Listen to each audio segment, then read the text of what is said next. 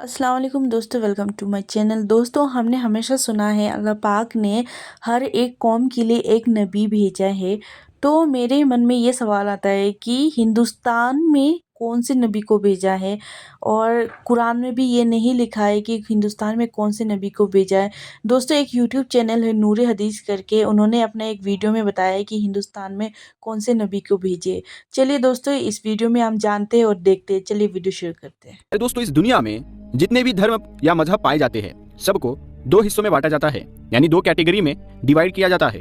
पहली कैटेगरी को आसमानी मजाहिब के नाम से जाना जाता है, जबकि दूसरी कैटेगरी को हिंदुस्तानी धर्मों के नाम से जाना जाता है।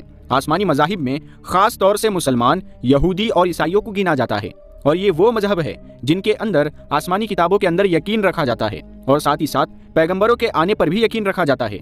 मतलब तीनों मजहबों को फॉलो करने वाले लोग नबियों और रसूलों पर यकीन रखते हैं कि जो खुदा की तरफ से वक्त वक्त पर जरूरत के हिसाब से हमारी दुनिया के अलग अलग इलाकों में भेजे गए थे। यानी दुनिया को सीधा रास्ता दिखाने के लिए, लोगों को बुराइयों से बचाकर अच्छाइयों की दावत देने के लिए इन तीनों ही मजहबों को, यानी आसमानी मजहबों को इब्राहिमी मजहब के नाम से भी जाना जाता है। वो इसीलिए क्योंकि उन तीनों ही मजहबों का कनेक्शन किसी न किसी तौर से ऊपर जाकर अल्लाह के एक मशहूर पैगंबर हजरत इब्राहिम अलैहिस्सलाम से जुड़ जाता है। जी हाँ दोस्तों, वही इब्राहिम अलैहिस्सलाम जिनको जहाँ एक तरफ मुसलमान इब्राहिम अलैहिस्सलाम कहते हैं और वही दूसरी तरफ यहूदी और ईसाई अब्राहम के नाम से भी जानते हैं। और प्यारे दोस्तों, वही दूसरी तरफ अगर बात करें हिंदुस्तानी धर्मों की, तो इनमें खास तौर से गिनती होती है हिंदुइज्म, सिखिज्म और जैनिज्म और बुद्धिज्म जैसे धर्मों की। और इनको हिंदुस्तानी धर्म इसलिए कहा जाता है क्योंकि ऐतिहासिक तौर पर इनका कनेक्शन सीधे तौर पर हिंदुस्तान की सरजमीन से जुड़ जाता है। मगर प्यारे दोस्तों, आप लोग अगर इस्लाम की सबसे मुकद्दस किताब कुरान करीम को पढ़ेंगे तो आपको पता चलेगा कि हजरत मोहम्मद सल्लल्लाहु ताला अलैहि वसल्लम इस्लाम के आखिरी पैगंबर थे। यानी इनके बाद अब कोई भी नबी और रसूल नहीं आएगा, और जब कोई नबी और रसूल नहीं आएगा तो जाहिर सी बात है कोई आसमानी किताब भी नहीं आएगी। मगर याद रहे दोस्तों, इससे पहले दुनिया में बेशुमार नबी और रसूल आ चुके हैं, जिनमें से ज्यादातर पर तो ईसाई और यहूदी धर्म के लोग भी यकीन रखते हैं। और यहाँ तक कि हदीसों और कुछ ऐतिहासिक किताबों में ये बात भी साफ तौर पर बताई जाती है कि आखिरी पैगंबर हजरत मोहम्मद सल्लल्लाहु ताला अलैहि वसल्लम तक हमारी इस दुनिया में कमोबेश 1,24,000 नबियों को भेजा गया था, और इनमें से सिर्फ 25 नबियों का ही नाम कुरान शरीफ के अंदर मौजूद है। इसके अलावा अगर हम लोग सभी हदीसों की किताबों की मदद ले ले, ऐतिहासिक किताबों की भी मदद ले ले, और यहाँ तक कि हम लोग यहूदियों और ईसाइयों के सारी किताबों की मदद ले ले, तब भी ज्यादा से ज्यादा 100 नबियों के नामों को ही ढूंढ सकेंगे। यानी कि डिटेल के साथ हम बहुत कुछ ज्यादा से ज्यादा 100 नबियों के बारे में ही जान सकेंगे। मगर हाँ, इन तमाम चीजों के बावजूद भी इस बात में कोई शक नहीं है कि कुरान के मुताबिक हर दौर में दुनिया की हर कौम में एक ना एक नबी तो जरूर भेजा गया है। इस दुनिया में जहाँ भी आबादी रही है, जहाँ जहाँ पर भी इंसान रहा हुआ है, जहाँ जहाँ पर भी छोटी बड़ी कौमें आबाद रही है, वहाँ पर उनकी हिदायत के लिए अल्लाह की तरफ से एक ना एक नबी रसूल भेजा गया है। मगर दोस्तों, हमें जब कभी भी ये बात बताई जाती है तो सबसे बड़ा सवाल ये पैदा होता है, जो हमारे दिमाग में सबसे पहले जो आता है वो यही होता है कि अगर दुनिया के हर इलाके में नबी आए हैं, हर कौम में एक नबी को भेजा गया है, तो आखिर फिर हमारे खुद के इलाके हिंदुस्तान में कौन से नबी आए थे? क्योंकि आमतौर पर जहां दुनिया के ज्यादातर इलाकों में आने वाले नबियों और रसूलों के जिक्र से किताबें भरी पड़ी है, दूसरी तरफ ऐतिहासिक किताबों में ऐसा कोई ठोस सबूत नहीं मिलता है कि जिससे ये हम मान सके कि हमारे देश भारत के इतिहास में कभी कोई नबी या रसूल आए हो, कि जिन्होंने अपनी जिंदगी का एक लंबा वक्त हमारे इस इलाके में गुजारा हो, इस इलाके के लोगों के बीच में रहे हो और लोगों को नेकी की दावत दी हो। तो प्यारे दोस्तों, आज की इस वीडियो में हम इतिहास की मदद से ये जानने की कोशिश करेंगे कि हमारे देश भारत में अल्लाह के कौन से नबी या फिर रसूल आए थे, कोई आए भी थे या फिर नहीं आए थे। अगर कोई नबी आए थे तो उनका नाम क्या था और वो कौन से दौर में आए थे।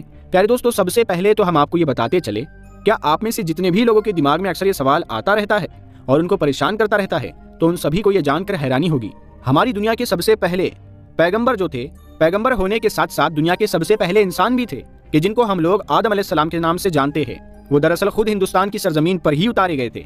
यानी कि दुनिया के सबसे पहले इंसान, पहले नबी हिंदुस्तान में ही आए थे। उस दौर में हजरत आदम अलैहिस्सलाम को हिंदुस्तान के इलाके की जिस पहाड़ी पर उतारा गया था, दरअसल आज के दौर में वो श्रीलंका में मौजूद है, और यहाँ तक कि आज तक वहाँ पर उनके कदम मुबारक के निशान मौजूद है। जो आदम लफ्ज है, ये ना तो किसी अरबी जुबान का है और ना ही फारसी जबान का है, बल्कि वो तो संस्कृत जबान का है। जी हाँ दोस्तों, वही संस्कृत जबान जो पिछले हजारों सालों से हिंदुस्तान ही की जबान मानी जाती है। संस्कृत में आदम का मतलब होता है पहला शुरुआती या फिर ओरिजिनल, और यही वजह है कि हम लोगों को भी आदमी कहा जाता है, जिसका मतलब होता है आदम की औलाद। इतना ही नहीं दोस्तों, अगर आप लोग थोड़ी और गहराई से इसे देखेंगे तो आपको पता चलेगा जिस तरह की चीजें इब्राहिमी मजाहिब में पाई जाती है, यानी कि जिस तरह के वाकियात ईसाइयों, यहूदियों और मुसलमानों के किताबों में मौजूद होते हैं, नबी और रसूलों से जुड़े होते हैं, बिल्कुल इसी तरह की कुछ चीजें हिंदुओं की किताबों में भी पाई जाती है। आदम अलैहिस्सलाम और उनकी बीवी हजरत हवा से जुड़े जो वाकियात हम पढ़ते हैं, बिल्कुल इसी तरह का वाकिया हिंदुओं की किताबों में भी मौजूद है। मगर हाँ, उन लोगों के यहाँ उन दोनों के नाम को अलग अलग नामों से जाना जाता है, जैसे स्वयंभू और शतरूपा के नाम से जाना जाता है। प्यारे दोस्तों, बात यहीं पर ही खत्म नहीं होती है। मिसाल के तौर पर भारत और श्रीलंका के बीच में मौजूद इस ब्रिज को ही ले लीजिए। इस ब्रिज को एक तरफ जहां मुसलमान और यहूदी और ईसाई हद से ज्यादा अहमियत देते हैं, तो वहीं दूसरी तरफ हिंदू धर्म में भी इसे पवित्र माना जाता है।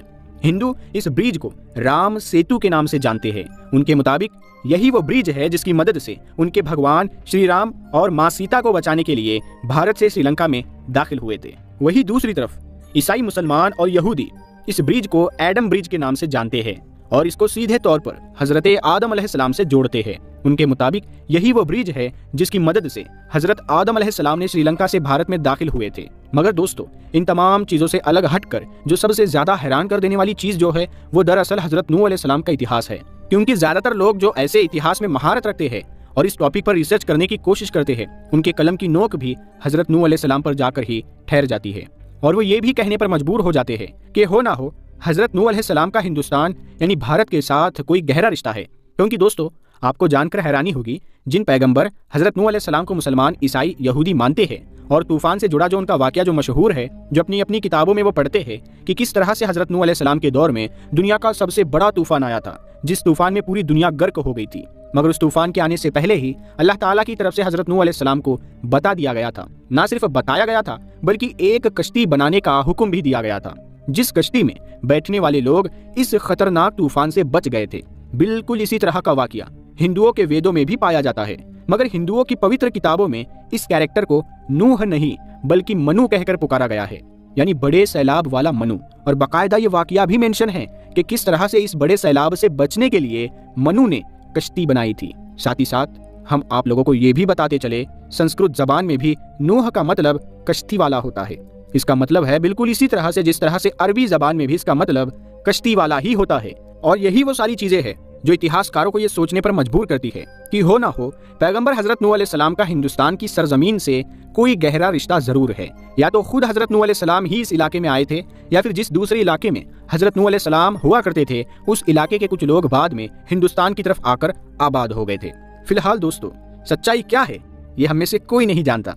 हम लोग तो सिर्फ वाकियों की मदद से अंदाजा ही लगा सकते हैं, लेकिन हमारे अंदाजे सही होना ये जरूरी नहीं है। तो प्यारे दोस्तों, ये वाकया, ये मालूमात आप लोगों को कैसी लगी, आप हमें कमेंट करके जरूर बताएंगे। और इस वीडियो को अगर आपने अभी तक लाइक नहीं किया है तो लाइक कीजिएगा। तो दोस्तों, आप सबको वीडियो कैसी लगी? अगर अच्छी लगी तो लाइक करना और ऐसे मज़ेदार वीडियोस के लिए सब्सक्राइब करना, बेस्ट पार्ट कमेंट करना। अल्लाह हाफिज़।